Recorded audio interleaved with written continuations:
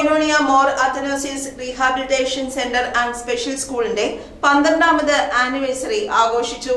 Utsav 2K25 എന്ന പേരിൽ നടത്തിയ പരിപാടിയിൽ സ്കൂൾ ചെയർമാൻ അഭിവന്ദ്യ മാത്യൂസ് മോർ എഫ്രേം മെത്രോപൊലിത്ത അധ്യക്ഷത വഹിച്ചു.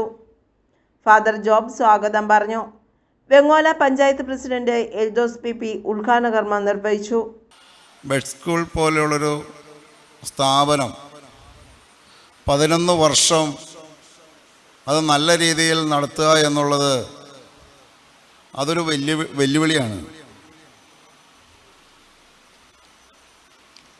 അതിൻ്റെ പുറകെ നടക്കുക, അതിന് കരുത്തായിട്ട് നടക്കുക എന്ന് പറഞ്ഞാൽ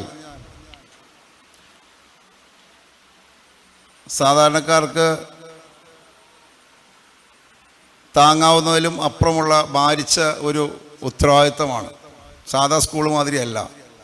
ഒരുപാട് പണം മുടക്ക്, അത് തന്നെയല്ല കുട്ടികളുടെ കെയറിങ് എല്ലാം നല്ല രീതിയിൽ തന്നെ മറ്റുള്ള കുട്ടികളെ നോക്കുന്നതിനേക്കാൾ നല്ല രീതിയിൽ തന്നെ നോക്കേണ്ട ഒരു ഘടകമാണ്.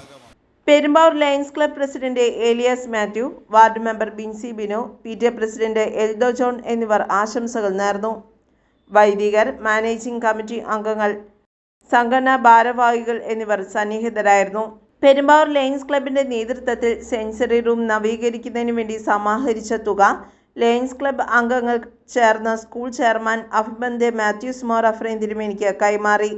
ഈ സ്കൂൾ ആരംഭിച്ചിട്ട് ഇപ്പോൾ 11 വർഷം തികയാണ്. വിവിധ തരങ്ങളുള്ള ഡിഫറൻഷ്യലി ഏബിൾഡായ വിദ്യാർത്ഥികളെ ട്രെയിൻ ചെയ്യുന്ന ഈ സ്ഥാപനം ഈ എലപ്പുറ പ്രദേശത്തിനും ഈ വെങ്ങോല പഞ്ചായത്തിനൊക്കെയും ഏറ്റവും അനുഗ്രഹമാണ്.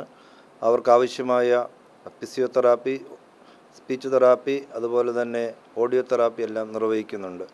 ഈ വിദ്യാർത്ഥികൾ വിവിധ കഴിവുകളുള്ള വിദ്യാർത്ഥികളാണ്. പാട്ട് പാടുകയും ഡാൻസ് നടത്തുകയും അങ്ങനെ വിവിധ കലാപരിപാടികൾ അവതരിപ്പിക്കുകയും അവരെ സമൂഹത്തിൻ്റെ പൊതുധാരയിലേക്കും കൊണ്ടുവരികയാണ്.